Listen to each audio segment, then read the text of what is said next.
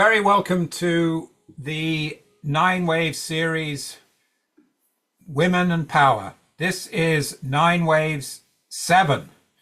We've organized the Irish myths into 9 8-week programs, and it offers a deep immersion in the Irish myths, because what you'll do is you'll hear the stories.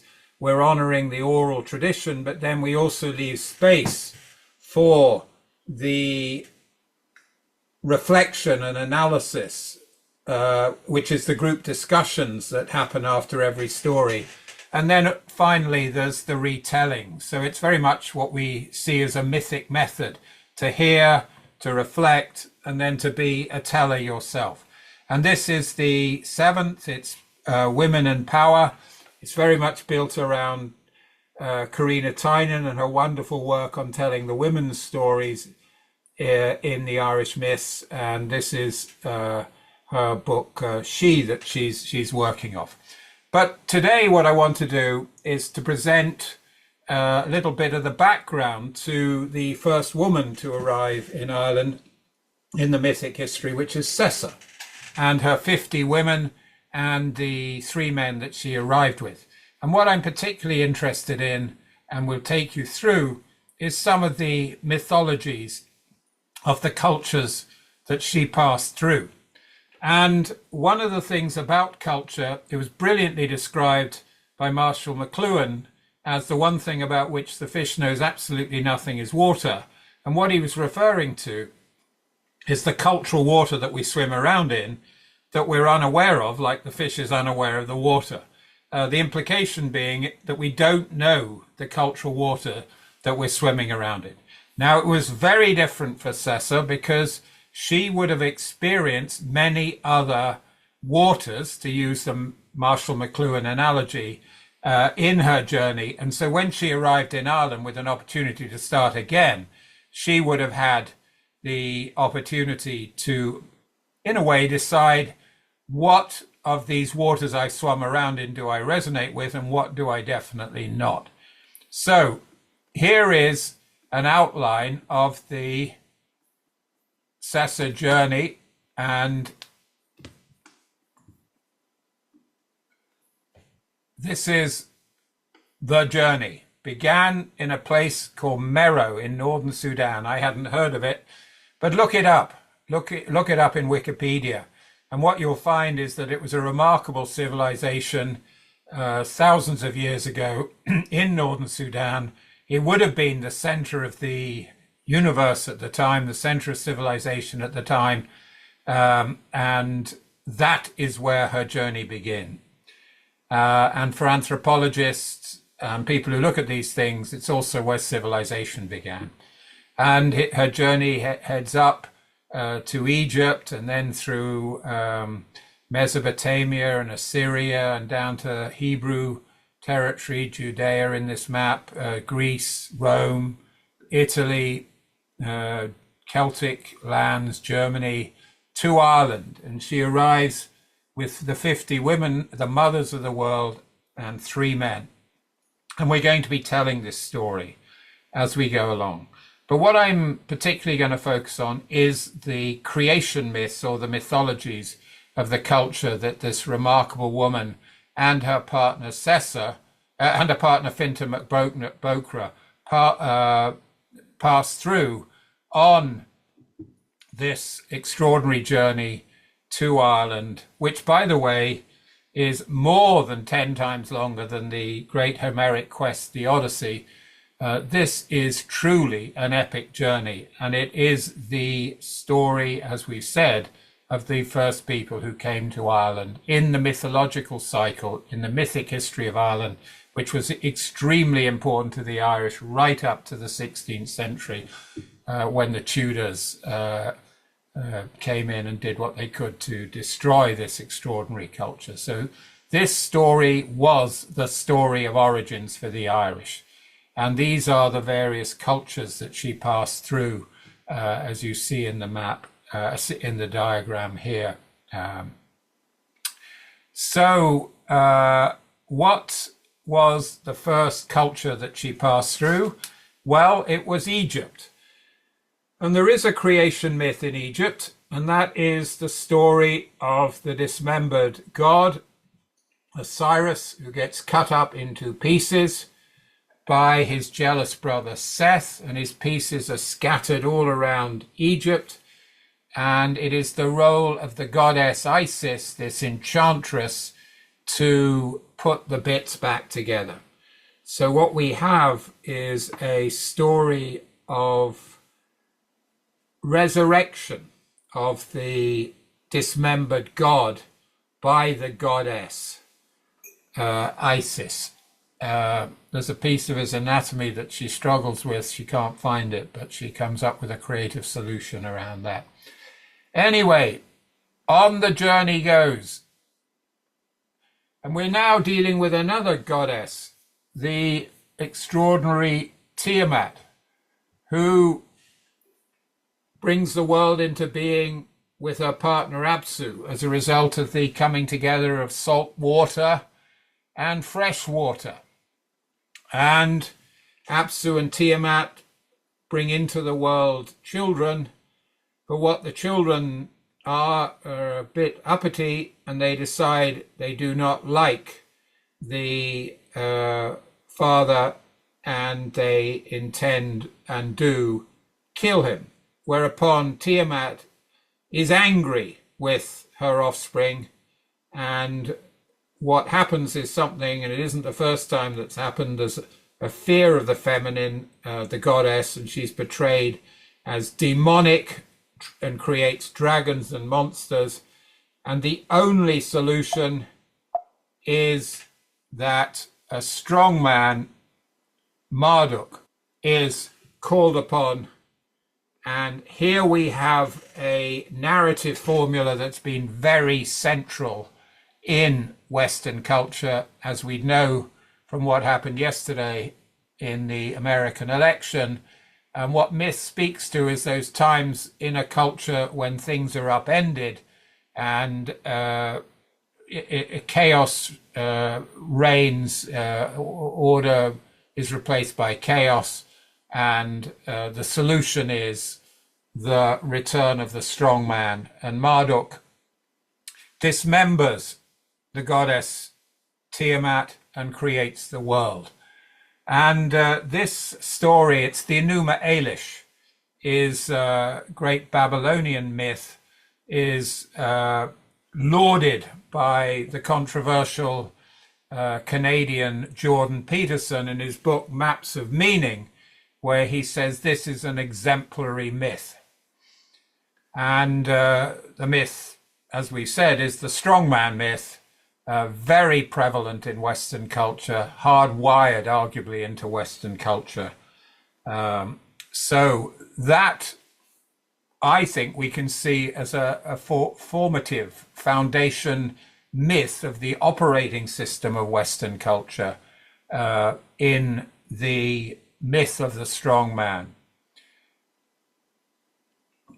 Moving on, and this myth of the strong man then had a strong influence on the emergence of the Hebrew mythology and indeed the emergence of monotheism. The Hebrews were not monotheistic, but they rewrote their history to say they always had been, because all the tribes around were polytheistic at the time. But then what we have is the emergence of the strong man, and of course in the Old Testament the strong man is Yahweh, and Yahweh's interaction with humanity, we see it obviously in the Garden of Eden, and we also see it in the Moses story, where the Israelites are under and suffering under captivity from the Egyptians, and with divine help, plagues and various other things are visited upon the Egyptians, and Moses leads his people out of captivity and to the divine promise of a promised land, the divine vision of a promised land. On the way, we know the story of the particular encounter in Hebrew mythology of Moses with Yahweh, and what we see is a thunder god, terrifying God. Yahweh comes down, a god of fire and thunder, but also of stone, because it's on stone tablets that Moses is left with the 10 Commandments, those shoulds, which became a formative cornerstone in the Western Christian tradition. But there's another dimension to this story, which is that it's the emergence of the chosen people, because the Israelites became God's chosen people, and God intervened on their behalf under certain conditions, but did intervene and led them to the promised land. One of the other realities is that if anyone gets in the way of the occupation of the promised land, it seems like there's a divinely sanctioned genocide of, in this case of the Moses story, of the Gideonites. But in fact, the Old Testament is full of many other stories, like in Kings, of other divinely sanctioned genocide. So this is clearly a cruel, judgmental God for whom certain people have a quality of chosenness, and certain other tribes have a experience of being not chosen. They are the not chosen. And then we move on to Zeus, and we know him very strongly from the Homeric myths, the all-powerful Olympian god. What's significant is in Homer's treatment of the Olympian pantheon is that the goddess Hera is progressively marginalized, and in the Homeric epics she's presented as a sort of shrew, a termagant, a bitch, effectively, as she pursues the many lovers that her partner Zeus has. So it's the progressive marginalization and almost demonization or downgrading of the wonderful goddess Hera. But I want to go back to another story within the Old Testament, which is very significant in terms of the Cesair story. Cesair is Noah's granddaughter, and Noah has effectively said to Cesair that her father and her are not welcome on the ark. They do not meet the criteria to get on the ark. And we know what the deal is here, is that basically anyone who's not on the ark is going to be drowned in the flood. This is, as we've said, a cruel and unforgiving God. And as humanity have behaved badly, he's going to drown everyone who's not lived up to the standard. Noah's passed the test, but not Noah's son and not Noah's granddaughter. So here we've got our heroine, Cesair, who is not allowed on Noah's Ark. Now, this is a hugely significant moment in the mythic history of the world, because what we've got is a woman who's dealing with crisis, with rejection, with the pain of being thrown out of the family along with the father. And what's hugely significant is, what does she do with this experience? What we know she doesn't do is she doesn't supplicate herself to Noah to say, oh, I'll be a good girl, please let me on the ark. She takes matters into her own hand. this mythology that's being saved on the ark of the good people, Noah and all the animals 2 by 2, is not available to her. But she takes matters into her own hands, and she, with her partners, builds 3 arks, gets another idol, and sets off to create things anew. Now, one of the questions that we're left with is, what would Cesair's choice of creation myth have been? Do you think she would have gone down the route of the patriarchal strongman?